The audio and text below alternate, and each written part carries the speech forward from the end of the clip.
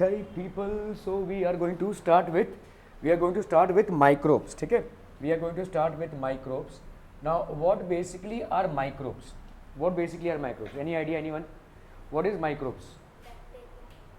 सिर्फ bacteria. Okay, चलिए देखते हैं क्या क्या बोलते हैं आप. ठीक है, let's say somebody says it is bacteria. What else? What else, people? Virus. अच्छा जी, वायरस. चलिए, वायरस. फिर fungi. Okay, what else? What else? What else? What else? What else?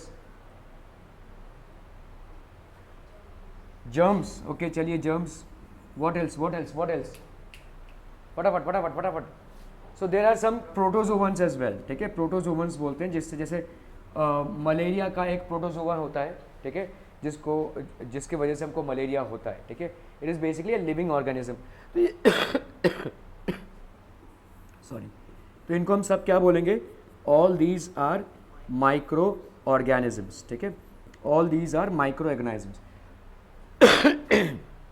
तो दो चीज़ें हैं. एक है आपका माइक्रो. ठीक है, micro means what? Why are we calling them as micro? Very very small, very very small. ठीक है, sometimes not visible to the naked eye. ठीक है, not visible to naked eye. हम इसको ऐसे नॉर्मल आंखों से नहीं देख सकते हैं. We might have to use a compound microscope in order to view them. ठीक है, तो इसके वजह से इसका नाम माइक्रो है. दूसरा क्या है? इसका नाम ऑर्गेनिज्म क्यों है? Why do we call it as an organism? Because it is living. It is living. ठीक है, so all processes that go inside a living organism also under a microorganism. तो जितना भी प्रोसेसेस होता है living organism में, वो generally हमको इसमें देखने को मिलता है. ठीक है, साइंटिस्ट में एक there is basically a debate whether virus should be considered as a living organism और नॉट. बाकी सारे तो लिविंग ऑर्गेनिजम्स हैं, लेकिन वायरस के लिए एक डिबेट है कि कुछ लोग साइंटिस्ट लोग मानते हैं कि वायरस एक नॉन लिविंग चीज़ है और कुछ लोग मानते हैं कि लिविंग है. एक्चुअली में होता क्या है? Virus can basically lie dormant. Dormant मतलब without any activity for thousands of years. For thousands of years it can just lie dormant. ठीक है, होता क्या है? जैसे ही ये किसी भी मीडियम से हमारे बॉडी में एंटर करता है, the moment it enters our body, हमारे बॉडी में जैसे ही ये एंटर करता है तो क्या करेगा? ये हमारे डीएनए को कैप्चर करता है. हमारा एक डीएनए होता है, इसको ये कैप्चर करेगा. ठीक है, जैसे हम बोलते हैं ना, अरे उसको भूत पकड़ लिया, भूत पकड़ लिया. तो क्या क्यों बोलते हैं ऐसा? क्यों बोलते हैं?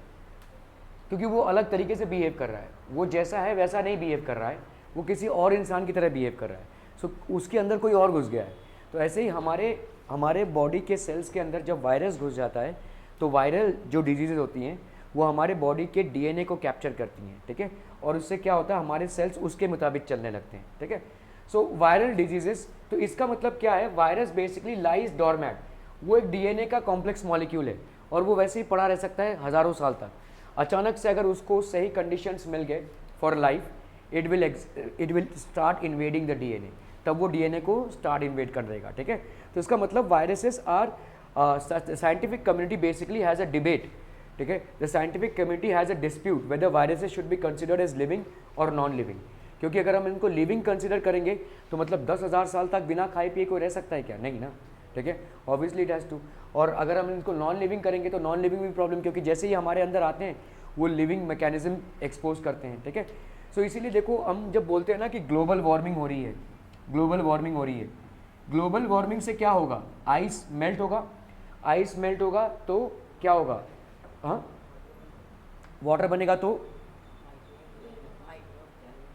तो जो अभी देखो आइस के अंदर बहुत सारे माइक्रो ऑर्गेनिजम्स ऐसे पड़े हुए हैं, हमको मालूम ही नहीं है. Right, there might be many viruses which are lying there in ice. We are not aware of it. The moment the global warming happens, ice starts melting. So all these viruses, what will happen? All these viruses will actually pass on into water. और फिर वो water हम जब consume करेंगे तो हमारे body में आ जाएंगे. ठीक है, तो ग्लोबल वार्मिंग से सिर्फ ये नहीं होगा कि आइस मेल्ट होगा या आइस मेल्ट होने से पानी का लेवल राइज होगा या पानी के लेवल राइज होने से हमारा जो टेरेस्ट्रियल प्लेटफॉर्म है वो कम हो जाएगा, लिविंग प्लेटफॉर्म है वो कम हो जाएगा. बट हमको ये खतरा भी है, वायरसेस जिनके बारे में हम जानते नहीं हैं. एक वायरस देखो आया और क्या मातम मचा कर गया, है ना. You know what is the impact. For 2 or 3 years we have been constantly under the impact of one virus itself. एक वायरस इतना तगड़ा है कि हमारे पास उसका आंसर ढूंढने में 2-3 साल लग गए. राइट, सो आप सोचिए ऐसे मिलियंस ऑफ वायरस पड़े रहेंगे उन आइस शीट्स में जहाँ पे हम एक्सप्लोर नहीं किए हैं, ठीक है, और वो वायरस अगर हमारे मेन स्ट्रीम वाटर में आ जाते हैं, ठीक है, so they will all come in inside our body and will start getting new diseases as well for which we might not have an answer, ठीक है. So this is one danger that we are facing. तो क्या microorganisms सिर्फ खतरनाक ही होते हैं? They will always have ill effects only? No, ठीक है, नो. बहुत सारे माइक्रो ऑर्गेनिजम्स हमारे बहुत अच्छे ऑर्गेनिजम्स हैं.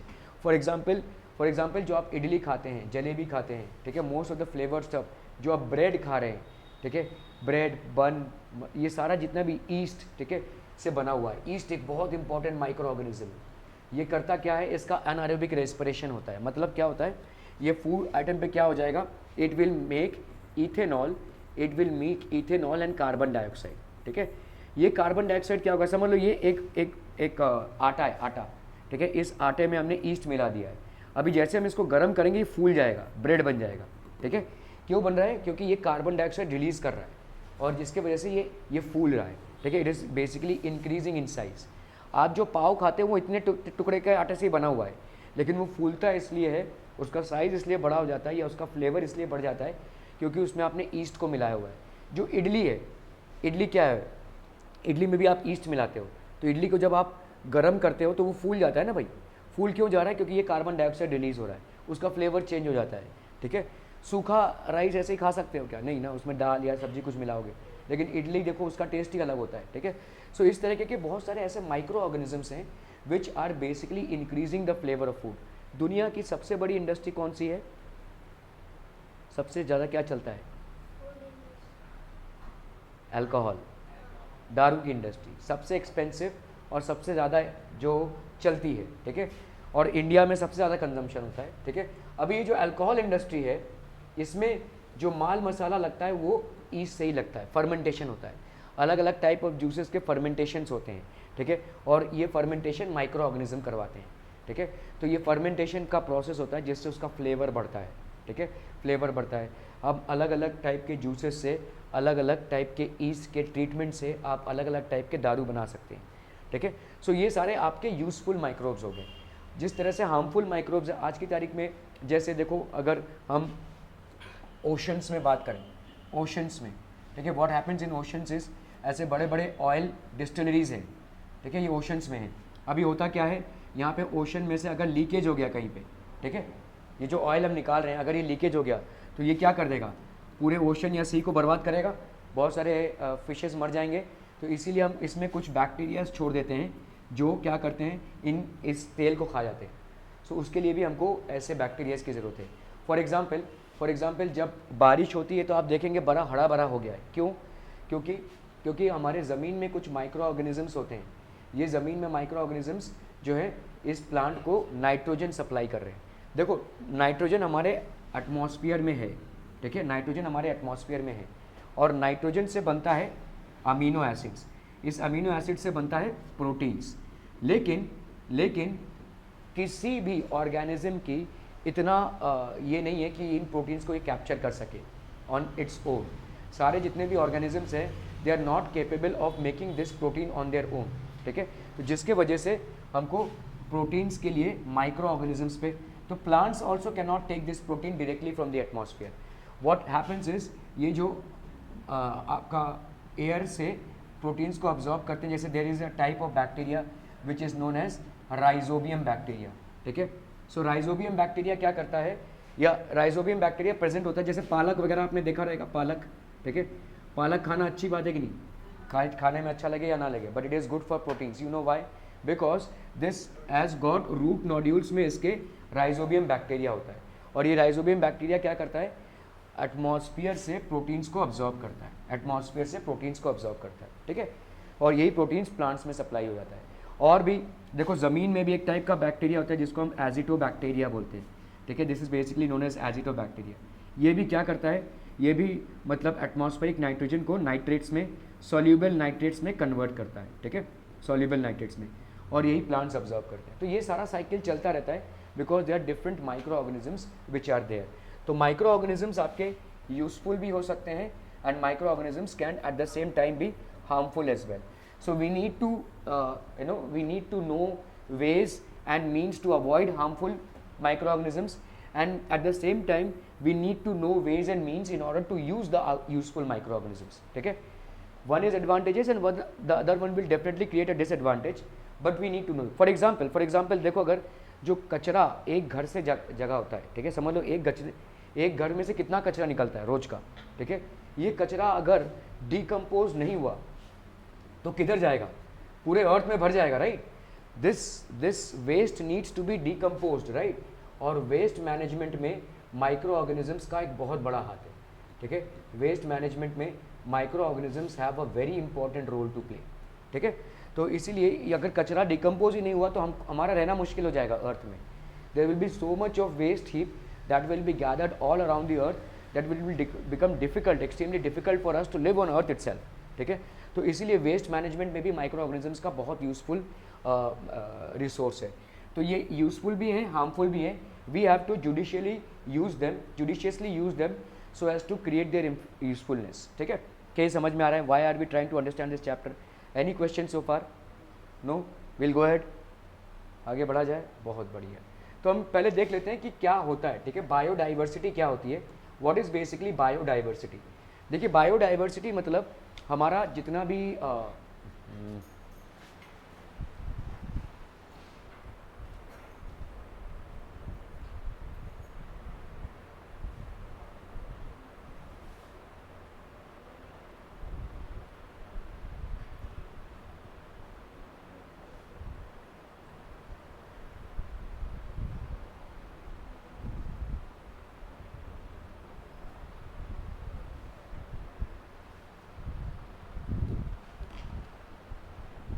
Okay. So what do we actually mean by biodiversity? Biodiversity मतलब क्या है? As the name itself suggest, देखो, bio means anything which is living, right. Bio means anything. अरे अरे अरे, ये क्या हो रही है? Why is not happening? Bio ये में नहीं आ रहा है क्या?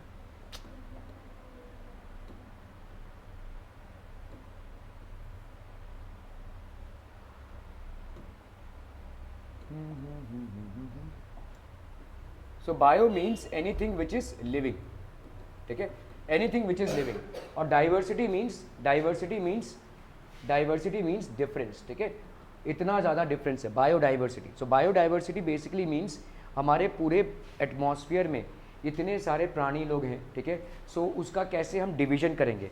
सो there is a very important mechanism, ठीक है. Last year we learn that all living organisms on earth have adopted according to the geographic regions, food ingestion, defense, etc. While adapting, many differences are observed in the organisms of same species too. So we know that different organisms जो हैं अपने आप को जिंदा रखने के लिए different adaptations undergo करते हैं, ठीक है.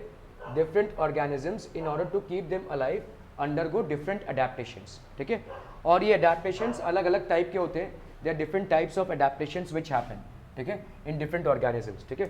सो अलग अलग जोग्राफिक रीजन्स के तरीके, जैसे अगर आप देखोगे कोल्ड आर्कटिक रीजन्स में, ठीक है, आपको पोलर बियर मिलेगा, है ना, पोलर बियर. तो पोलर बियर जो है अपने आप को अडेप्ट कर चुका है. पेंगुइन्स मिलेंगे, ठीक है, again it has adapted itself according to the very cold environment, ठीक है. और अगर आप हॉट क्लाइमेट में जाओगे तो आपको कैमल मिलेगा, ठीक है. सो ये सारे डिफरेंट ऑर्गेनिजम्स हैं which have adapted according to their geographical regions. ये geographical region पे adaptation है. फूड इंजेक्शन, किस तरह से वो फूड खाते हैं, ठीक है, what is their defence mechanism, ये सारे जो है तो अलग अलग अडेप्टेशंस है. According to 2011 census around 87 million species मतलब अलग अलग तरीके के स्पीशीज, ठीक है, of living organisms are found on earth including land and sea. तो both on terrestrial and aquatic platform में हमको 87 मिलियन स्पीशीज मिल चुके हैं, ठीक है. To study such a vast number it was essential to divide them into groups. अभी हर एक को अलग अलग करके हम अगर पढ़ने जाएंगे तो कैसे याद रखेंगे? So we have to divide it in groups. जैसे मैं अभी 8th स्टैंडर्ड को पढ़ा रहा हूँ, अभी अगर मैं 12th स्टैंडर्ड को भी इसके साथ ही पढ़ाऊँ, 11th स्टैंडर्ड को भी इसी के साथ ही पढ़ाऊँ, तो what will happen? It will create confusion, ठीक है. So in order to ensure that specific concentration is devoted on other batches, we are diversing it, ठीक है. तो इसीलिए बहुत ज़रूरी है कि हम क्लासिफिकेशन करें. तो अगर हमको ऑर्गेनिजम्स को समझना है तो we should classify them accordingly, ठीक है. सो So groups and subgroups were created considering the similarities and differences between the living organisms. जो भी इनके बीच में सिमिलैरिटी है या जो भी डिफरेंसेस है, इनके हिसाब से हमने groups and sub groups create किए हुए हैं, ठीक है। जैसे 8 सेक्शन है, A B C D, आपका ऐसा सेक्शन है ना स्कूल में, तो इस तरह से groups and sub groups create करते हैं हम टू इफेक्टिवली स्टडी, ठीक है। The process of dividing living organisms into groups and sub groups is called biological classification. इसको हम बोलेंगे भाई साहब बायोलॉजिकल क्लासिफिकेशन, ठीक है। Robert Harding Whittaker was an American ecologist. In 1969 he divided living organisms into 5 groups. देखिए बहुत सारे अटेम्प्ट्स हुए हैं लिविंग ऑर्गेनिजम्स को डिवाइड करने के लिए, ठीक है। Many attempts have been made, many attempts have been made to divide organisms, but the best attempt was made by Robert Whittaker, और आज तक भी हम इनके ही सिस्टम को फॉलो करते हैं। तो रॉबर्ट व्हाइटटेकर्स 5 किंगडम क्लासिफिकेशन, ठीक है, ये बहुत फेमस है और इसी को हम यूज़ करते हैं, ठीक है। Robert Whittaker's 5 kingdom classification. Carl Linnaeus जैसे देखो 1735, इन्होंने क्या किया था पूरे लिविंग वर्ल्ड को 2 किंगडम में डिवाइड किया था, Vegetabilia and Animalia. Obviously Vegetabilia मतलब प्लांट किंगडम एंड एनिमलिया मतलब animal kingdom. In 1866 consider 3 kingdoms, इन्होंने प्रोटिस्टा, प्लांट्स और एनिमल्स में डिवाइड किया था, ठीक है। In 1925 Chatton created 2 groups, prokaryotes and eukaryotes, इन्होंने ये क्रिएट किया, ठीक है। In 1938 Copeland divided organisms into 4 kingdoms, Monera, Protista, plants and animals, ऐसे डिवाइड किया। सो अलग अलग तरीके से अलग अलग डिविजन्स हुए हैं, ठीक है, अलग अलग तरीके से अलग अलग डिविजन्स हुए। For this classification Whittaker considered the following criteria. तो इन्होंने ये 5 किंगडम में जो क्लासिफिकेशन किया हुआ है, इस पे क्या क्या क्राइटेरिया लिया था, ठीक है।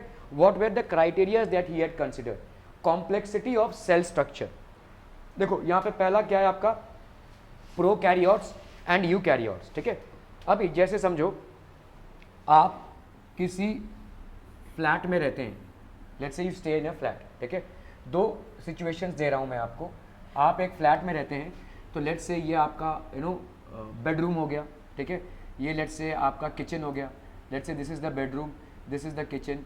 ये लेट्स से आपका वॉशरूम हो गया, ठीक है, जहाँ पे आप टॉयलेट वगैरह करते हैं। ये लेट्स से आपका टीवी में जो भी होता है लिविंग रूम हो गया।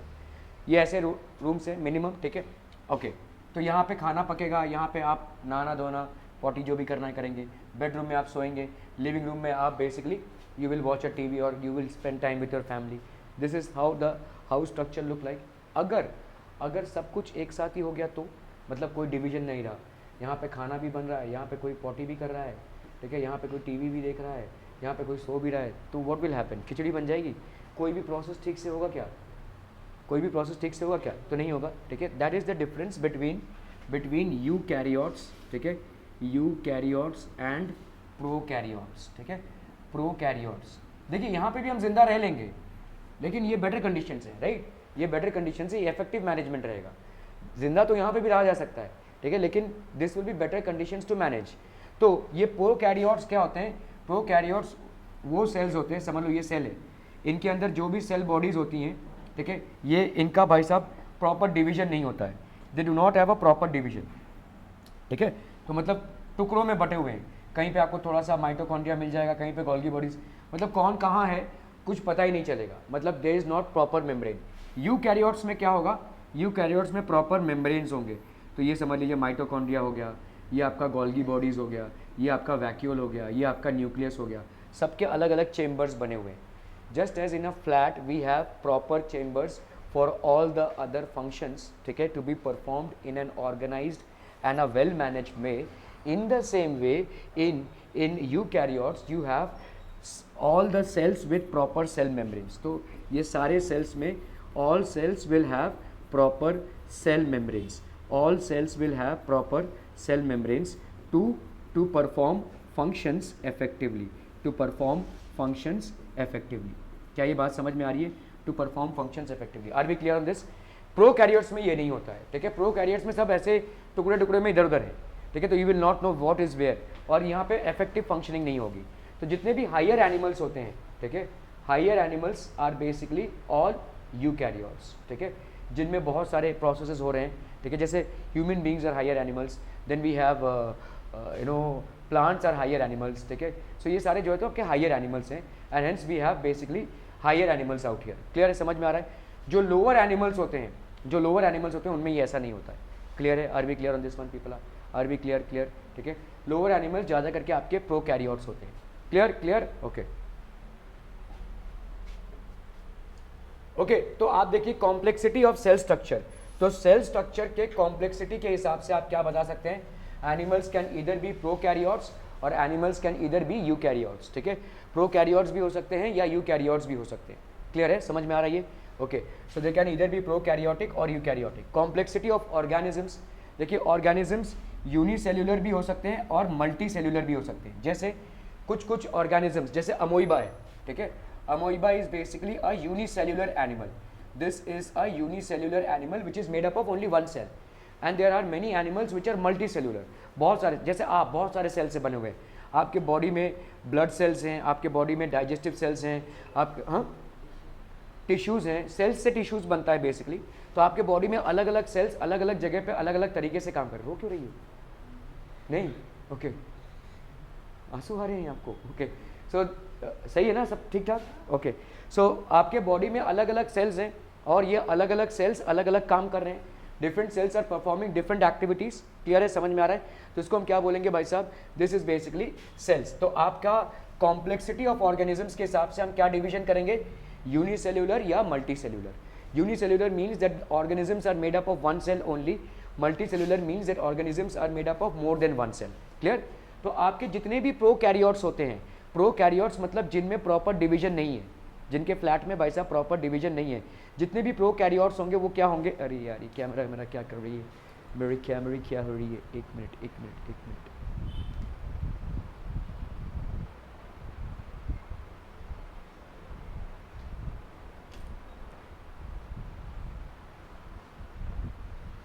ओके, सो जितने भी आपके प्रोकैरियोट्स होते हैं, ठीक है, प्रोकैरियोट्स, उनमें क्या हो जाएगा? All of them will be unicellular. अभी यूकैरियोट्स में कुछ यूनिसेल्युलर होते हैं और कुछ मल्टी सेल्युलर होते हैं, ठीक है। प्रोकैरियोट्स मतलब समझ में आ रहा है? प्रोकैरियोट्स मतलब क्या हो गया? जिनके अंदर प्रॉपर डिविजन्स नहीं है। यूकैरियोट्स मतलब क्या हो गया? जिनके अंदर प्रॉपर डिविजन्स है, मतलब ये काम करेगा, ये काम करेगा, सब कुछ अलग अलग सेल मेम्ब्रेन में है। प्रोकैरियोट्स आपके ज़्यादा करके क्या होंगे भाई साहब? यूनिसेल्युलर, मतलब इनका सिर्फ एक ही सेल होगा। यूकैरियोट्स क्या होंगे? इनमें मल्टी सेल्स होंगे, मल्टी सेल्युलर होंगे, ठीक है। Now what is about modes of nutrition? Plants जो हैं इधर दे आर ऑटोट्रॉपिक, ठीक है, और एनिमल्स क्या होते हैं? हेटेरोट्रॉपिक, ठीक है। तो प्लांट्स में क्या होता है? देखिए प्लांट्स आर बेसिकली फोटोसिंथेटिक, तो मोस्टली जो आपके प्लांट्स होंगे वो फोटोसिंथेटिक होंगे, ठीक है। मोड्स ऑफ न्यूट्रिशन मतलब क्या होता है? कुछ ऐसे होते हैं जो अपने से अपना फूड बना सकें, so they are known as autotrophic. The ones who cannot make the food by themselves are known as heterotropic, and the ones who depend on dead animals and plants and organisms for their food are known as saprophytic, ठीक है। Clear, समझ में आ रहा है? तो animals are हैप्रोफाइटिक and ingestive. Ingestive मतलब क्या होता है? ये खाने को लेते हैं, हम जैसे खाना खा रहे हैं तो हमारा इंजेक्शन प्रोसेस है, हमारे माउथ से खाना जाता है, हम उसको चबाते हैं, फिर हमारे एलिमेंट्री कैनल में जाता है। लेकिन प्लांट्स ऐसे इंजेक्शन नहीं करते हैं। Do plants eat like this? No, plants they absorb carbon dioxide and water from the atmosphere, water from the roots and obviously carbon dioxide from the atmosphere, and that's how they make their food, ठीक है। Clear है, समझ में आ रहा है? Okay, तो इसके हिसाब से अगर आप देखोगे यूनिसेल्युलर और मल्टी सेल्युलर है। यूनिसेल्युलर दो पार्ट्स में डिवाइडेड है, kingdom Monera and kingdom protista. Multi cellular जो है तो तीन पार्ट्स में डिवाइडेड है। One is kingdom fungi, the other one is kingdom Plantae and the third one is kingdom animalia, ठीक है। तो लाइफस्टाइल अगर आप देखोगे, लाइफस्टाइल मतलब कैसे फूड प्रोड्यूस होता है, तो plants are basically known as producers, they produce the main food. Animals are known as consumers, they consume the food, मतलब। और फंगाई क्या होता है? डीकम्पोजर्स, मतलब एक बार एनिमल या प्लांट मर जाता है तो उसका डीकम्पोजिशन जरूरी है, और ये डीकम्पोजिशन कौन करेगा? फंगाई, ठीक है। Okay, phylogenetic relationship, prokaryotic to eukaryotic, unicellular to multicellular. तो प्रोकैरियोटिक टू यूनिसेल्युलर और यूनिसेल्युलर टू मल्टीसेल्युलर, ठीक है। ये आपका फाइलोजेनेटिक रिलेशनशिप है, we will talk about this, ठीक है। क्या ये समझ में आ रहा है? व्हाइट टेकर का जो किंगडम, तो आपके किंगडम मोनेरा में क्या क्या आता है? What do you have in kingdom Monera? What exactly will you have in kingdom Monera?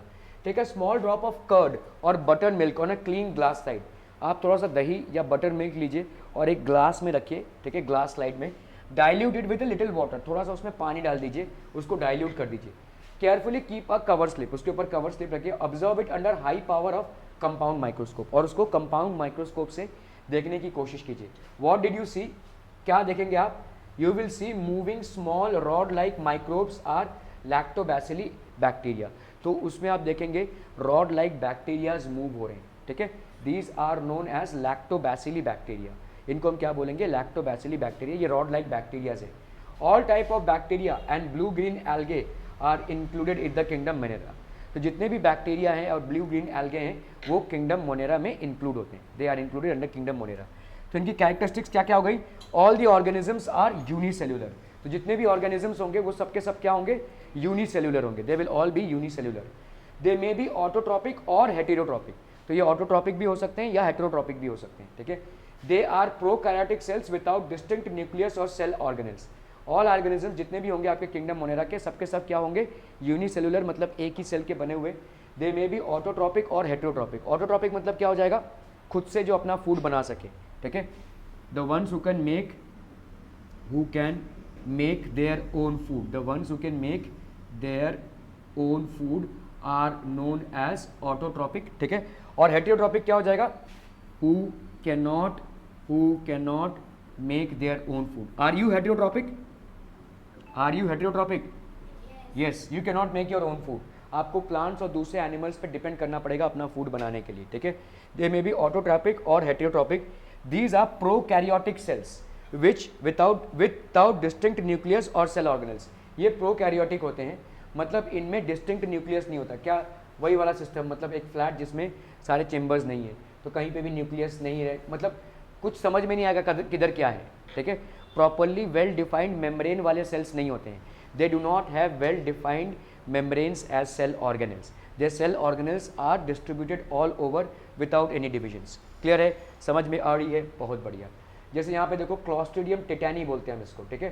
Clostridium tetani basically होता क्या है, आपने देखा रहेगा, आपको अगर किसी जंग लगी हुई चीज़ से कट जाता है तो आप टिटनेस लगाते हैं, टिटनेस का इंजेक्शन कभी लिया है, ठीक है, लेना भी चाहिए। जब भी आप किसी जंग लगी हुई चीज़ से, लोहे की किसी चीज़ से कट जाता है, और हमेशा भी अगर नहीं भी कट रहा है तो हर 6 महीने में लेते रहना चाहिए, 6 महीने में एक बार टिटनेस का इंजेक्शन आप किसी भी डॉक्टर के पास जाकर ले सकते हैं। ये क्या होता है, ये एक टिटनेस एक बेसिकली वायरस होता है which is basically which can actually cause a lot of damage to us, it can actually be fatal, ठीक है।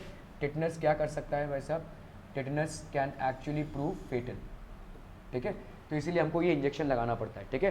स्ट्रेप्टोकोकस निमोनिया, स्ट्रेप्टोकोकस निमोनिया मतलब क्या होता है, इससे निमोनिया होता है, ये बेसिकली एक बैक्टीरिया है, ठीक है, this is basically a bacteria, ठीक है, ये एक बैक्टीरिया है जो निमोनिया कॉज करता है, ठीक है।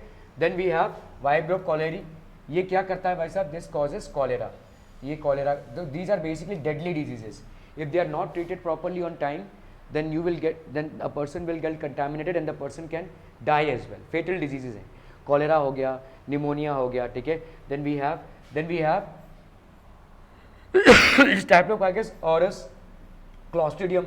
अभी देखिए क्लॉस्ट्रिडियम क्या होता है, आपको आप जब कोई कैंड फूड लेते हैं, जैसे आपने कोई कैंड फूड लिया, वो कैंड में है या, तो उसमें देखो एक एक्सपायरी डेट लिखी रहती है, राइट। वो एक्सपायरी डेट क्यों लिखी रहती है, क्योंकि उस डेट के बाद उसमें बैक्टीरिया डेवलप होना चालू हो जाएगा, तब तक प्रिजर्वेटिव काम करेगा, तब तक कोई बैक्टीरिया डेवलप नहीं होगा। Once you have cross that date, then clostridium bacteria will start developing in it, और ये क्लॉस्ट्रिडियम बैक्टीरिया है, ये हमारे सेहत के लिए बहुत खतरनाक है। So if you are consuming anything beyond the expiry date from a canned food, you might be encountering clostridium bacteria, तो आपका क्लॉस्ट्रिडियम बैक्टीरिया से एनकाउंटर हो रहा है, and that can prove fatal to life, ठीक है। सैल्मोनेला टाइफी, ये क्या होता है भाई साहब, टाइफॉइड का बैक्टीरिया होता है, ठीक है। ये अगर आ गया तो हमको टाइफॉइड हो जाता है, और टाइफॉइड से काफ़ी सारे बीमारियां होती है, we get a lot of diseases by typhoid. Clear है, क्या ये समझ में आ रहा है। So all these are basically different types of organisms from kingdom monera. ये क्या हो गए, आपके यूनिसेल्युलर ऑर्गेनिजम्स हो गए, इनमें कोई भी डिविजन्स नहीं है, ठीक है, and they can be reason for various types of diseases, ठीक है।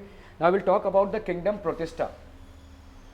तो what is kingdom Protista, people prepare a temporary mount of 1 drop of pond water, आप कोई पॉन्ड से वाटर लेकर आइए, ठीक है, 1 ड्रॉप पानी ऑन अ ग्लास स्लाइड, और एक ग्लास स्लाइड में डाल दीजिए, observe it under low power and high power of microscope.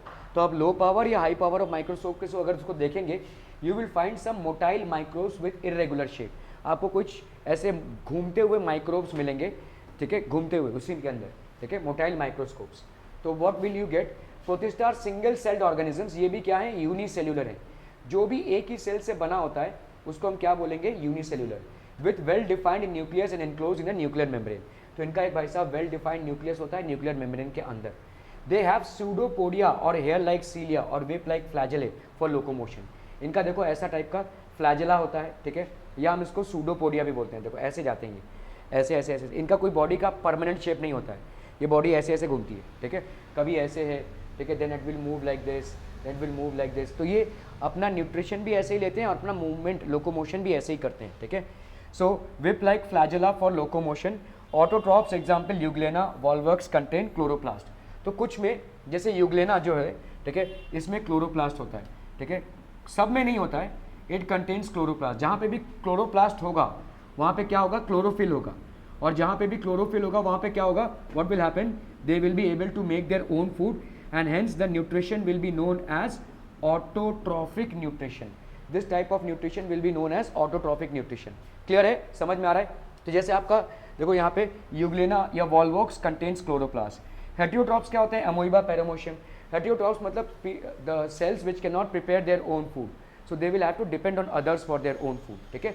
so the amoeba or paramoecium are also unicellular organisms but they cannot prepare their own food because they do not have chloroplast, hence they will have to depend on others to hunt down their food and get their nutrition, and hence that's how they will basically move, ठीक है।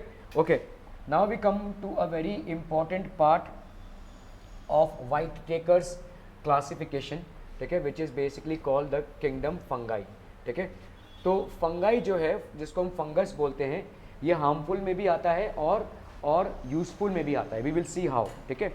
Okay, so take a moist piece of bread और बाकड़ी and keep it in a container with a lid for 2 to 3 days। कोई एक bread को आप थोड़ा सा मॉइस्ट कर लीजिए, भीगा हुआ, और उसको रख दीजिए। ऐसे टेबल के ऊपर भी रख देंगे तो भी आपको फंगाई दिखेगा, वो एकदम हार्ड हो जाएगा, राइट। एक टेबल के ऊपर या एक प्लेट के ऊपर आप उस ब्रेड को रख दीजिए, 3-4 दिन बाद देखिए वो एकदम हार्ड हो गया, खाने लायक नहीं है, ठीक है। तो take a moist after 2 to 3 days a fine cotton thread like tuft is found. तो उस पूरे ब्रेड में आपको कैसा दिखेगा, जैसे ये ब्रेड था पहले, ठीक है, अभी उसका आपका कैसा दिखेगा, ऐसे थ्रेड लाइक स्ट्रक्चर इसमें डेवलप हो गए, ठीक है। So these are what on the surface. Prepare a temporary mount of few threads from this culture and observe under a microscope. तो आप इसको उखाड़ कर माइक्रोस्कोप में देखने की कोशिश कीजिए, you will find something like this. ये इनकी एक फैमिली है बेसिकली, ठीक है, this is basically rhizoid family, और ये एक टाइप का फंगस होता है, ठीक है। It will render the food stale and unconsumable. आप इसको नहीं खा सकते अभी, क्योंकि अगर आप खाएंगे तो ये इसको आप निगल जाएंगे और ये आपके पेट में जाके तकलीफ करेगा, ठीक है। फंगाई लग चुका है उसमें, फंगस लग चुका है, फूड आपका सड़ चुका है, ठीक है। सो बहुत सारे टाइप के यूजफुल फंगाई भी होते हैं, जैसे जो मशरूम आप खाते हैं वो भी एक टाइप का फंगस है, लेकिन mushroom is a good fungus, ठीक है। It has good high amount of protein as well, it is a good fungus, but some are bad fungus like this, bread moulds बोलते हैं हम इनको, these are bad fungus. These are non-green eukaryotic heterotropic organisms। तो ये भाई साहब non green होते हैं, मतलब ये अपना फूड नहीं बना सकते, and these have to rely on different other sources, ठीक है। Most of them are saprotrophs. Now what do you mean by saprotrophs? Quick people, you have learn this. Saprotrophs मतलब organisms which depend on dead organism, नहीं other नहीं, other मेले में heterotrophs होता है, dead organisms में सैप्रोट्रॉप्स होता है, तो दे आर सैप्रोट्रॉप्स बेसिकली, ठीक है। They feed upon decaying organic matter, तो मरे हुए प्राणियों पे ही अटैक करते हैं। Their cell wall is made up of tough and complex sugar called chitin. इनका सेल वॉल जो है तो शाइटिन से बना हुआ होता है। Some fungi are thread like and many nuclear are present in the cytoplasm. तो थ्रेड लाइक होते हैं और काफ़ी सारे न्यूक्लियस उनके साइटोप्लाज्म में होते हैं। एग्जाम्पल आपका बेकर्स ईस्ट हो गया, एस्परगिलस हो गया, ठीक है। पेनिसिलियम जो है मोस्ट इंपॉर्टेंट फंगाई है, बहुत ही इंपॉर्टेंट है। पेनिसिलियम आपके बहुत सारे डिजीजेस को क्योर करता है। हम जो अब आपने देखा रहेगा जब आप बीमार पड़ते हैं तो एंटीबायोटिक देते हैं डॉक्टर्स आपको, ठीक है। तो आपने कैप्सूल देखा है कभी? कैप्सूल को खोला है कभी? तो कैप्सूल के अंदर क्या दिखता है आपको?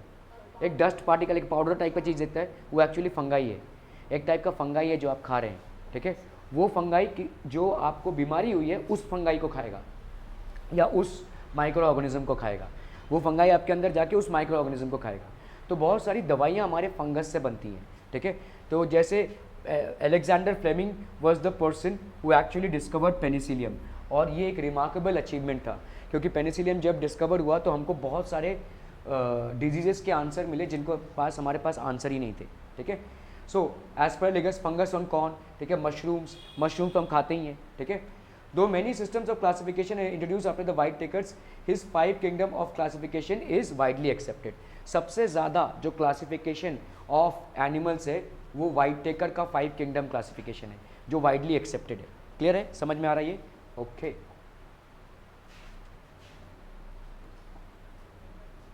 तो देखो, जैसे अगर हम यहाँ पे बोलते हैं did you ever keep any fresh food such as meat, ठीक है, fish, fruits and other vegetables on the kitchen shelf for a long time. आपने ऐसी ओपन किचन शेल्फ में इसको रख दिया है, अगर आप इसको बहुत देर तक रखोगे तो क्या हो जाएगा, देखो बैगन में ऐसा सफ़ेद सफ़ेद डेवलप हो जाएगा, ऐसी चीज़ें डेवलप हो जाएंगी, ठीक है। Why will this happen? If you have never done that, let's do a small experiment. Just leave some fruits and vegetables on the kitchen shelf for about 6 to 7 days and observe what happens to them, ठीक है। After 6 or 7 days you will see that their appearance, smell and taste have changed.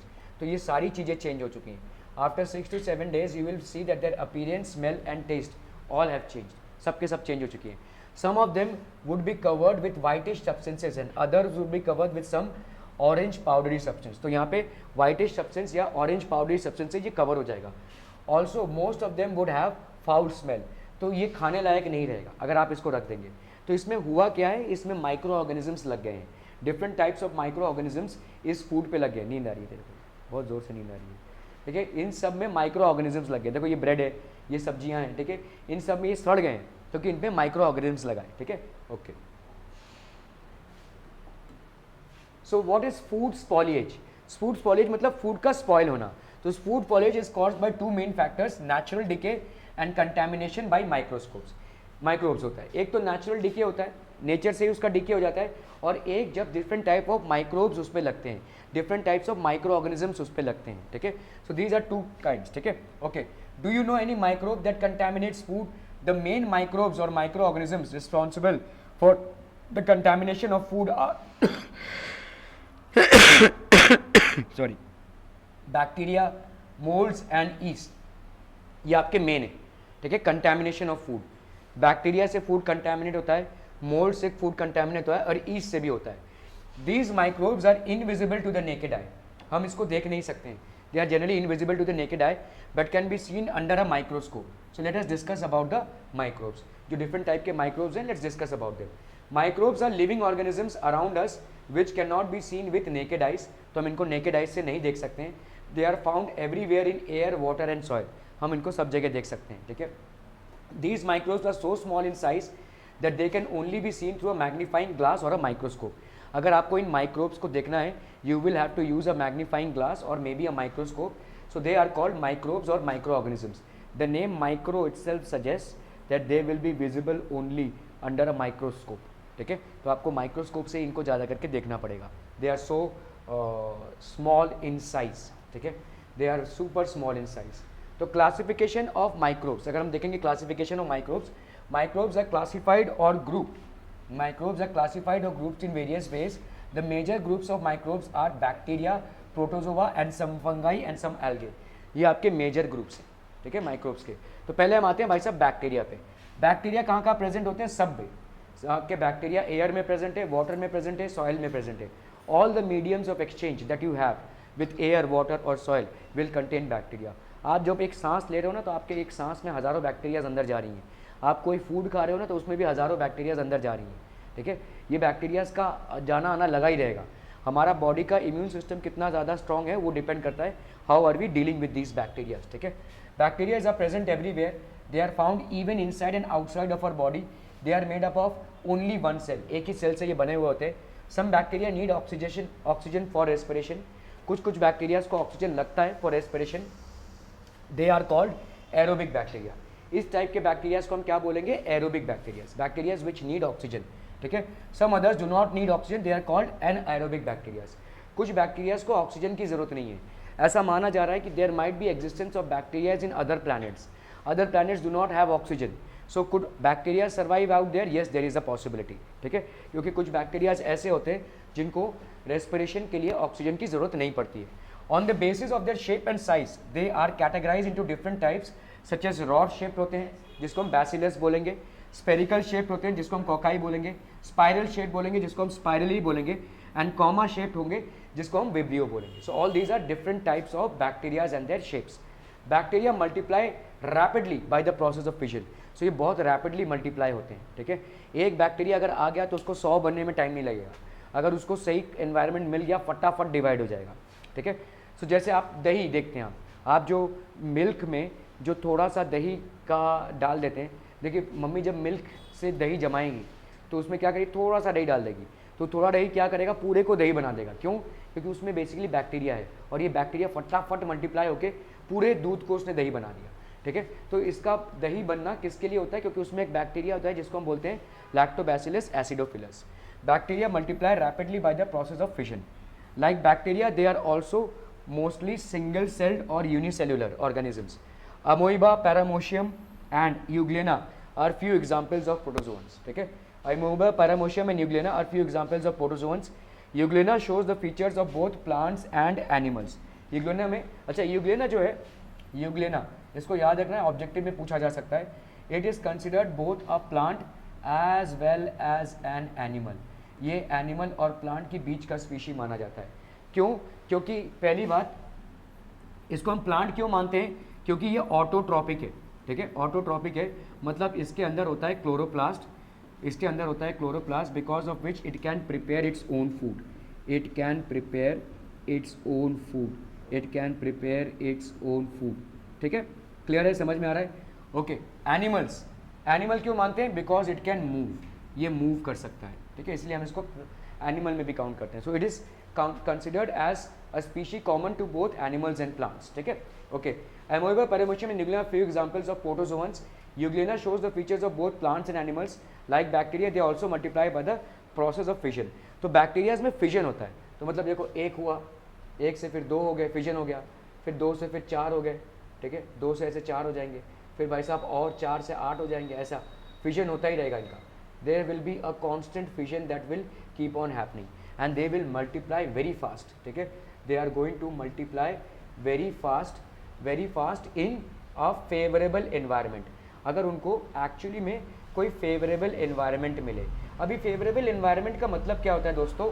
Favourable environment का मतलब ये होता है कि मतलब उनके आजू बाजू जो एनवायरनमेंट है उसको सपोर्ट करे. ठीक है, okay. So bacterias will multiply very fast. Now what is fungi? As we learn, fungi is a special group.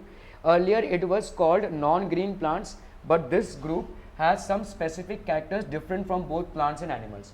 तो उसमें कुछ स्पेसिफिक कैरेक्टर्स होते हैं जो प्लांट्स एंड एनिमल्स से डिफरेंट हो. ठीक है, they are different from plants and animals. Yeast हो गए, मोल्ड्स हो गए, mushrooms are examples of fungi. So these are all examples of fungi. Yeast, mushrooms. ठीक है, all fungi are not microscopic. जैसे मशरूम को आप देख सकते हैं, इनफैक्ट कुछ कुछ मशरूम होते हैं जो एक बिल्डिंग की तरह हो जाते हैं. ठीक है, सो फंगाई और ईस्ट को भी आप देख सकते हैं. आप अगर किसी भी मॉल में जाएंगे तो ईस्ट का पैकेट वहाँ से खरीद सकते हैं. उस पैकेट में आपको बराबर दिखेगा ईस्ट. ठीक है, सो ये आपको कोई माइक्रोस्कोप लगाकर, नींद आ रही है, आ रही है, हाथ नीचे का, माइक्रोस्कोप लगाकर नहीं देखना पड़ता है. ठीक है, so you can see it basically. Bread moulds, Aspergillus, Neurospora and Penicillium are some microfungi. तो ये सब क्या है? बेसिकली आपके छोटे छोटे माइक्रोफंगाई हैं. ठीक है, algae are very thin plants, they mostly live in water. तो जितने भी एल्गे होते हैं बहुत थिन प्लांट्स होते हैं and mostly they live in water. They are simplest plants and possess chlorophyll. तो ये सिंपलेस्ट प्लांट्स होते हैं और इनके अंदर होता है भाई साहब chlorophyll. Are we clear on this one people? ठीक है, तो इनके अंदर chlorophyll. Some algae are microscopic whereas others can be seen through naked eyes. तो कुछ कुछ एल्गे जो होते हैं आपके माइक्रोस्कोपिक होते हैं, जबकि दूसरों को आप नेकेड आइज से देख भी सकते हैं. Similarly some algae are unicellular such as Chlorella and Chlamydomonas, where others are multicellular such as Spirogyra. ठीक है, कुछ एल्गे जो है आपके, ठीक है, आर यूनिसेल्युलर मतलब एक सेल से ही बने होते हैं, and Chlorella and Chlamydomonas which are multicellular. So these are multicellular. ठीक है, तो एल्गे ज़्यादा करके आपके टाइनी प्लांट्स हैं. These are more or less tiny plants and they have chlorophyll in them. Because of having chlorophyll in them, they can prepare their own food. They can prepare their own food. They can prepare their own food. ये अपना food खुद ही बना सकते हैं. ठीक है, clear है, समझ में आ रहा है? Okay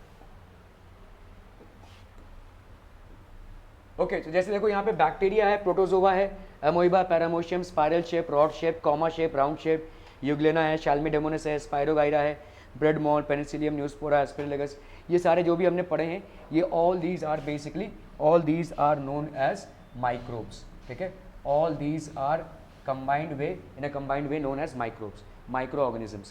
And again, in the microorganisms, some will be useful and some will be really harmful. So we have to understand how we can use the harmful and how we can use the useful and how we can avoid the harmful. That is something that we have to basically understand here. Okay. अभी जैसे virus, जैसे मैंने आपको बताया, scientific community में बहुत debate है कि क्या वायरस लिविंग है या नॉन लिविंग, ठीक है। तो वायरस बेसिकली क्या है, ज़्यादा करके हमारे जितने भी डिजीज़ होते हैं वो वायरल होते हैं, ठीक है। Have you ever suffered from viral fever, हम सब में कभी ना कभी तो वायरल फीवर हुआ रहेगा। सर्दी खांसी भी जो होती है वो भी एक वायरल होती है, ठीक है। ये कोरोना वायरस देखिए, ये भी वायरल फीवर है, ठीक है। हमारे बहुत सारे diseases, almost 60 to 70% diseases are viral, ठीक है। Have you ever suffered from viral fever, measles और चिकन पॉक्स, आपको सबको एक ना एक बार तो चिकन पॉक्स हुआ ही रहेगा, ठीक है।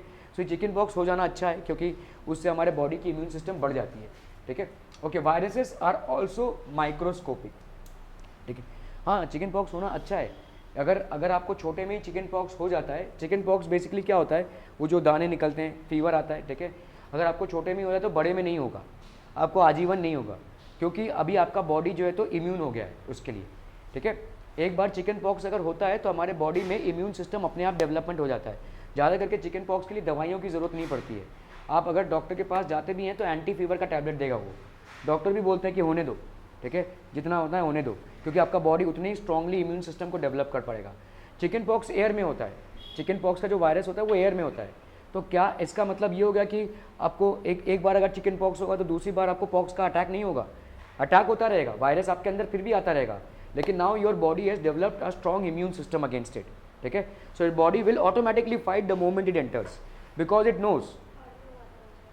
हाँ, तो अभी और नहीं होगा, ये नहीं होगा क्योंकि आपके बॉडी के इम्यून सिस्टम को, सबको होता है, आपके बॉडी के इम्यून सिस्टम को अभी पता चल गया कि इससे लड़ना कैसे है। जैसे आप किसी से अगर लड़ाई कर रहे हैं और किसी दुश्मन को आपको मालूम है कि इसको पटकना कैसे है, तो once you know it then your body gets automatically trained, ठीक है। तो इसीलिए चिकन पॉक्स भी है, एक ऐसा वायरस है जो हमारे अंदर आता है तो हमारा बॉडी को ट्रेन कर देता है, जस्ट एन एग्जाम्पल है।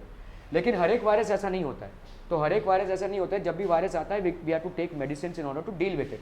They are neither living non living, जैसे मैंने आपको बताया, हम इनको पूरा लिविंग भी नहीं मान सकते और पूरा नॉन लिविंग भी नहीं मान सकते, क्योंकि they can stay for thousands of years without showing any metabolism.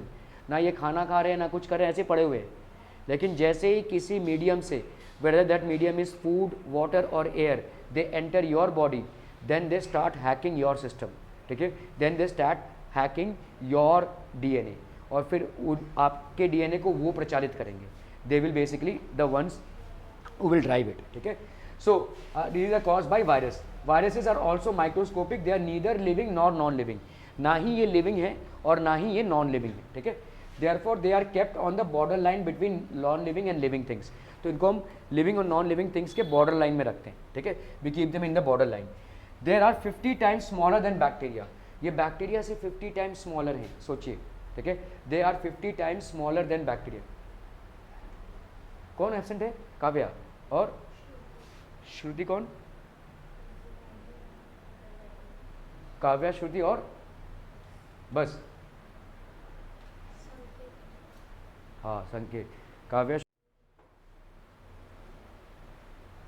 ठीक है। Okay, so they become active and reproduce when they are inside a living organism. तो यहाँ पे एक्टिव हो जाते हैं एंड रिप्रोड्यूस, अपने आप ही रिप्रोडक्शन करने लगते हैं when they enter a living organism, जब उनको प्रॉपर न्यूट्रिशन वगैरह मिलना लगता है। However they behave like non living things outside living thing. अगर आउटसाइड है तो कुछ फर्क नहीं पड़ता, वो वैसे के वैसे ही पड़े रहेंगे, रॉक्स के ऊपर पड़े रहेंगे, आइस के ऊपर पड़े रहेंगे, सॉइल के ऊपर पड़े रहेंगे, ऐसे ही पड़े रहेंगे, निर्जीव पड़े रहेंगे। The moment they enter then they will start manifesting themselves.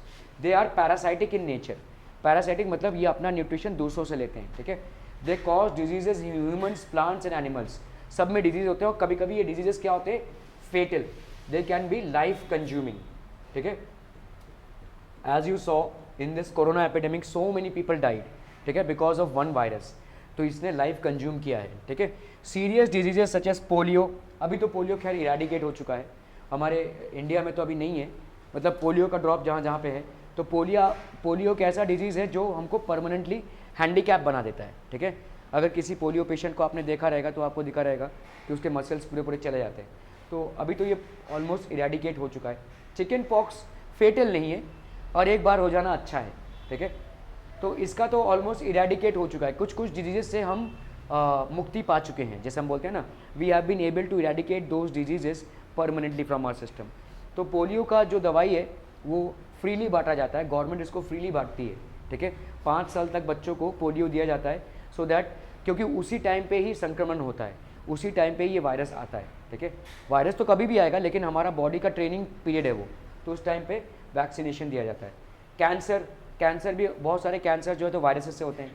Ads जो एक किलर डिजीज़ है वो भी वायरस से होता है, ठीक है। Anti immuno deficiency syndrome, so ये सारे डिफरेंट टाइप्स ऑफ वायरसेस हैं, and these viruses basically are involve in causing major diseases in human beings. At times they are life threatening and life consuming as well. Clear है, समझ में आ रहा है ये? Any questions people, any questions you have? Any questions? कोई भी doubt नहीं? ओके, तो अभी हमने माइक्रो ऑर्गेनिजम्स का खतरनाक रवैया देखा, अभी हम इसका कुछ यूजफुल रवैया देखेंगे, ठीक है। एंटोन वैन ल्यूवेनहॉक, ठीक है, he is known as the first microbiologist. इन्होंने पहली बार माइक्रो ऑर्गेनिजम्स की स्टडी की थी। He is also known for his work on microscope. He was the first to observe bacteria, free living and parasitic microscopic protista, sperm cells and blood cells.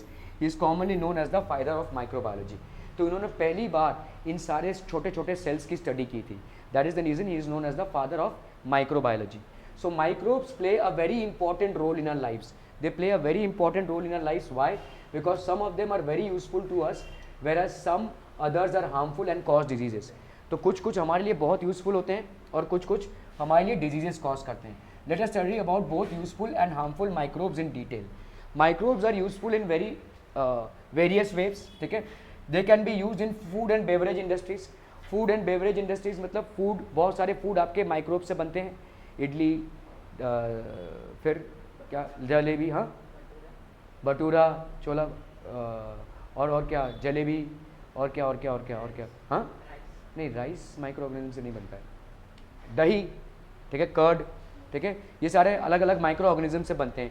Plus beverage industry मतलब दारू की industry पूरी इससे ही बनी हुई है, ठीक है, ईस्ट से ही बनती है।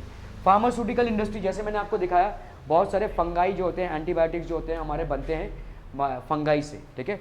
बहुत सारे जो हमारे मेडिसिन हैं वो फंगाई से बनते हैं, क्योंकि उन फंगाई का फूड है हमारे अंदर जो माइक्रो ऑर्गेनिज्म है, ठीक है। एग्रीकल्चर में भी बहुत ज़्यादा यूज़ होता है, एंड क्लीनिंग आवर एनवायरनमेंट, हमारे एनवायरनमेंट को क्लीन करने में भी ये काफ़ी ज़्यादा यूज़फुल है, ठीक है। Many organisms, many micro organisms are very useful in cleaning our environment, whether it is from water और whether it is from soil, it is cleaning, ठीक है। Okay, making yogurt, cheese and other foods. तो आप जैसे yogurt बनाते हैं, दही, चीज़, मतलब अदर फूड्स, ये सारे जितने भी होते हैं आपके फर्मेंटेशन के प्रोसेस से होते हैं। All these are by fermentation. दो चीज़ें होती हैं इस फर्मेंटेशन से, एक तो फ्लेवर इसका बढ़ जाता है, ठीक है, the flavour increases and the size also increases, size भी इंक्रीज हो जाता है, ठीक है। जब हम फूड को फर्मेंट करते हैं माइक्रो ऑर्गेनिज्म से तो उसका फूड का फ्लेवर बढ़ता है और साथ ही साथ उसका साइज भी बढ़ जाता है। We have learn from a previous class that curd और yogurt is made from bacteria.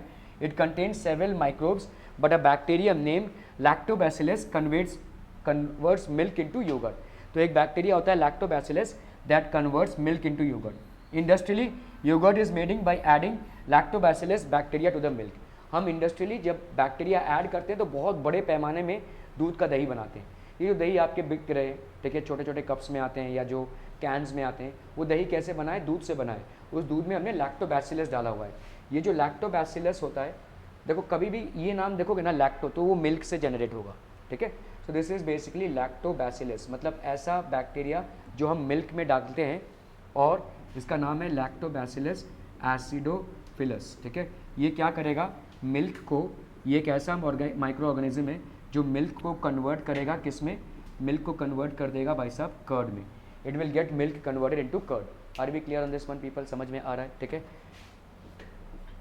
Clear है, क्लियर है, क्लियर है? Are we clear? ओके।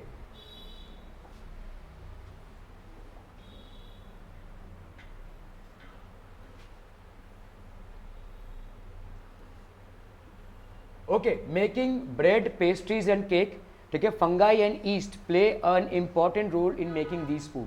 जितने भी फंगाई और ईस्ट होते हैं they play a very important role in making these foods. Through yeast fermentation carbon dioxide gas is released. Carbon dioxide gas release होता है, ठीक है, ईस्ट से आपका बेसिकली कार्बन डाइऑक्साइड और इथेनॉल प्रोड्यूस होता है, इथेनॉल, ये इनके ब्रीदिंग का प्रोसेस है, ठीक है। These are the things that are produce, ठीक है। सो तो ईस्ट फर्मेंटेशन, फर्मेंटेशन मतलब क्या होता है, हम उसको गोलते हैं, ठीक है, उसको सड़ाना, फूड के सड़ाने को हम बोलते हैं फर्मेंटेशन। सो ये ईस्ट से सड़ाया जाता है, carbon dioxide gas is release which makes the Dove spongy, तो ये फूल जाता है, it becomes spongy and increases its volume, तो इसका वॉल्यूम भी बेसिकली बढ़ जाता है। This is the basis of use in the baking industry. तो बेकिंग इंडस्ट्री में जहाँ पे केक्स बनते हैं, जहाँ पे ब्रेड्स बनते हैं, ये सारा जो है तो आपके ईस्ट से बनता है, ठीक है। क्लियर है, समझ में आ रहा है, are we clear on this one? Making idlis, dosas and bhature, ठीक है। So we make idlis and dosas from the mixture of dal and rice. The mixture is allowed to stand for a few hours and the fermentation occurs naturally. तो यहाँ पे naturally bacteria का action होता है और fermentation हो जाता है, ठीक है। उसको भिगो के हम रख देते हैं, वो अपने आप सड़ जाता है, वो फूलने लगता है, तब उससे हम भटूरे या डोसाज या इडलीज बनाते हैं। फॉर मेकिंग रवा, सूजी, इडलीज, ठीक है, and bhature, curd is added to make them fluffy and soft. कभी कभी हम इस पे हम थोड़ा सा कर्ड डाल देते हैं so that they become fluffy and soft as well, ठीक है। Have you ever eaten dhokla? It is a proper food, a popular food item in Gujarat. Eating dhokla is good for our health. It is made up of gram flour. Do you know how it is prepared? तो ढोकला को हम कैसे बनाते हैं, उसको ऐसे ही फुला देते हैं, तो उसमें भी यही फर्मेंटेशन होता है, ठीक है। Making beverages, east is use in the production of alcohol and wine preparation. तो जैसे मैंने आपको बताया, अल्कोहल एंड वाइन प्रिपरेशन एक बहुत बड़ी इंडस्ट्री है और इसमें ईस्ट का बहुत ज़्यादा इन्वॉल्वमेंट है। Yeast is grown on natural sugars present in grain such as barley, wheat, rice and crust fruit juices, ठीक है। तो नेचुरली इसमें बनता है in the grain such as barley, barley एक टाइप का ग्रेन होता है, व्हीट होता है, राइस होता है, क्रस्ट फ्रूट जूसेस होते हैं, ठीक है। इनमें ईस्ट नेचुरली प्रेजेंट होता है। तो इसी ईस्ट का हम फर्मेंटेशन कराते हैं, बहुत दिनों तक इसको रखते हैं, ठीक है। Through fermentation process wine is prepared, इससे दारू बनती है, इससे जो है तो आपका अल्कोहल बनता है। For other beverages such as tea, coffee and cocoa, bacteria are used. तो ईस्ट का फर्मेंटेशन कहाँ से होता है? From the grains which already have some amount of yeast by their fermentation. And जब हम टी, कॉफी और कोको बना रहे हैं तो हम बैक्टीरिया का फर्मेंटेशन यूज कर रहे हैं, ठीक है। We are basically using fermented bacteria, okay. Pharmaceutical industry मतलब दवाइयों में क्या रोल है माइक्रो ऑर्गेनिजम्स का, ठीक है। It is basically used in making medicine. All of us know about antibiotic tablets. Certain bacteria and fungi are used to make these antibiotics. बहुत सारे बैक्टीरियाज को हम यूज करते हैं in order to make antibiotics. These medicine kill और stop the growth of disease causing micro organisms, ठीक है। और सबसे इंपॉर्टेंट है, one of the most important is penicillin, which is the first antibiotic that has been used. Antibiotics are what? These are medicines that are used to treat infections caused by germs such as bacteria or certain other parasites. हमारे अंदर जब कुछ germs आते हैं या कुछ bacteria आते हैं या कुछ पैरासाइट्स आते हैं तो हम एंटीबायोटिक लेते हैं। कभी भी एंटीबायोटिक खुद से मत लेना, ठीक है। It is always prescribed by a doctor.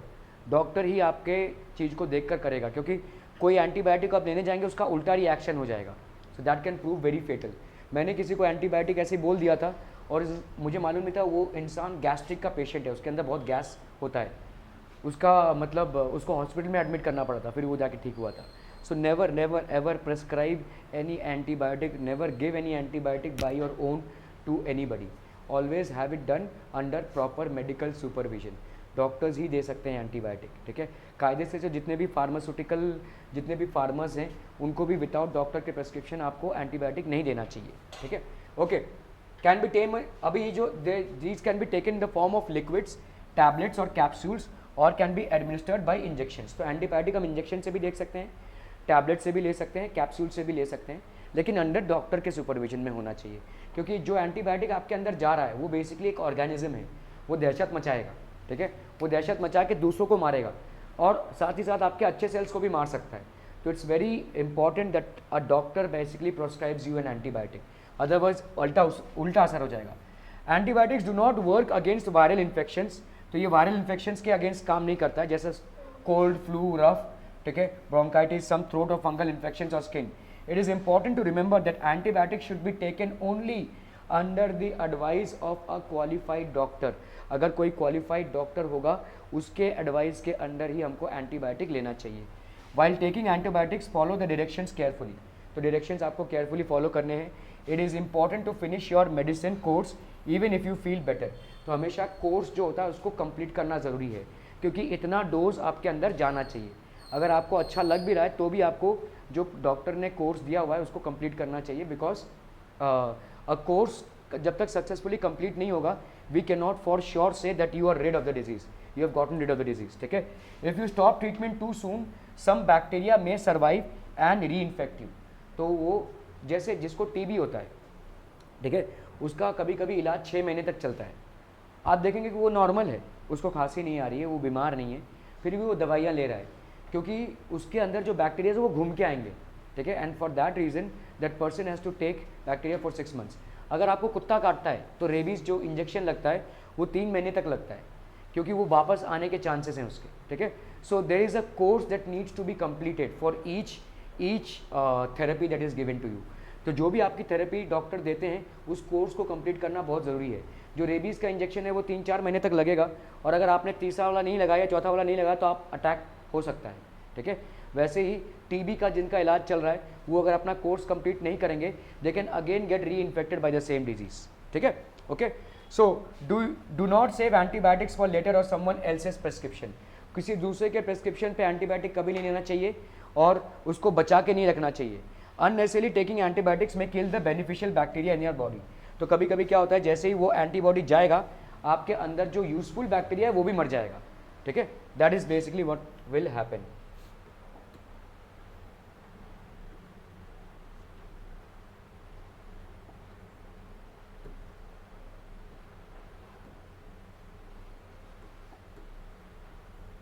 Okay, so Sir Alexander Fleming was a Scottish biologist.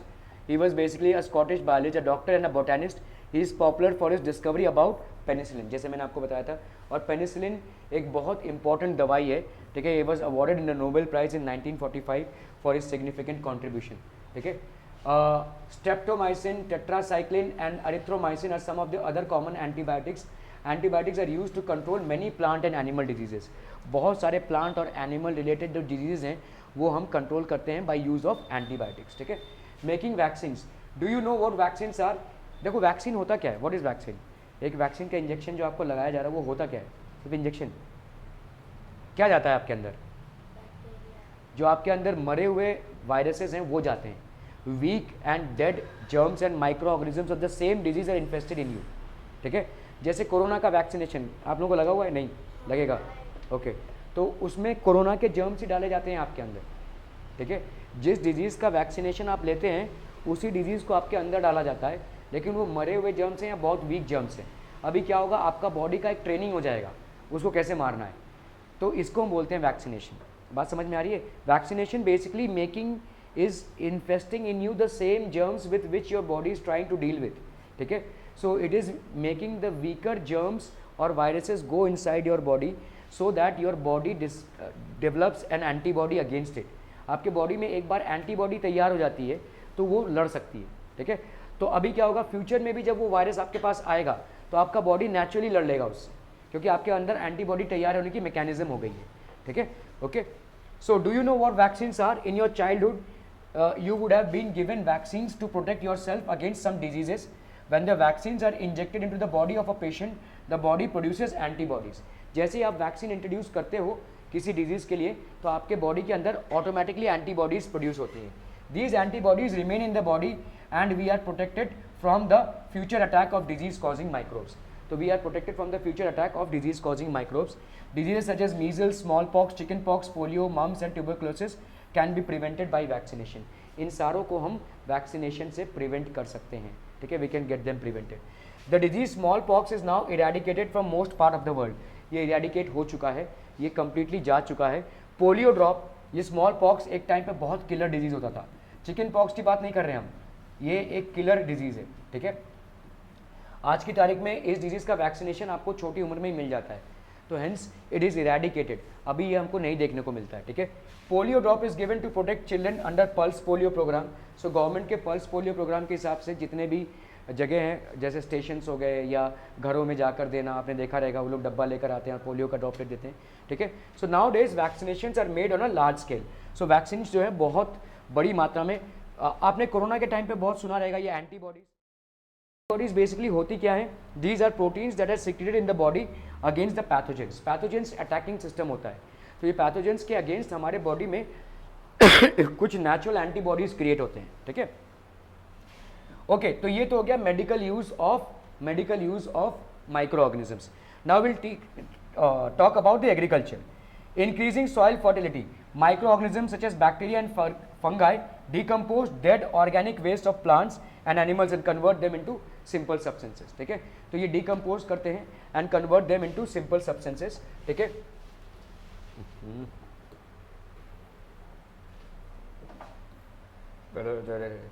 ठीक है। So the products obtained after decomposition escape into the air and the soil. तो ये जो प्रोडक्ट्स ऑब्टेन हो रहे हैं after decomposition, they escape into the air and the soil, ठीक है। द सॉइल इज दस enriched with humus and becomes fertile. बहुत सारे ऐसे माइक्रो ऑर्गेनिजम्स हैं जो सॉइल में पहले से ही प्रेजेंट है और ये क्या कर रहे हैं, सॉइल की फर्टिलिटी को बढ़ाते हैं। जिस सॉइल में जितना ज़्यादा माइक्रो ऑर्गेनिज्म प्रेजेंट होगा वो सॉइल उतना ज़्यादा फर्टाइल होगा, ठीक है। तो कभी कभी आप देखेंगे कि सॉइल में बारिश आ रही है, पानी भी हो रहा है, लेकिन फसल नहीं उग रही है, तो इसका मतलब उस सॉइल में माइक्रो ऑर्गेनिज्म कंटेंट बहुत लेस है, ठीक है। कभी कभी जो लोग घर में पॉट वगैरह लगाते हैं, गमला वगैरह लगाते हैं, वो लोग जानबूझकर अर्थवॉर्म डाल देते हैं उसमें ताकि उसकी फर्टिलिटी बढ़े, ठीक है। From activity we concluded that through decomposition plant waste have been converted to manure by the action of microbes. However, there is no microbial activity on plastic and glass items. Nitrogen fixation कैसे करेंगे हम? Some bacteria and blue-green algae are able to fix nitrogen from the atmosphere in the soil, ठीक है, which makes the soil rich in nitrogen and increases its fertility, ठीक है। तो बहुत सारे बैक्टीरियाज जो होते हैं वो सॉइल में प्रेजेंट होते हैं, ये नाइट्रोजन के कंटेंट को, नाइट्रोजन को ऑब्जॉर्व करते हैं। All plants and human beings and animals are not equipped to take the nitrogen from the atmosphere, but certain bacteria can, ठीक है। This is called biological nitrogen fixers, ठीक है। Okay, just one moment people, just a one moment.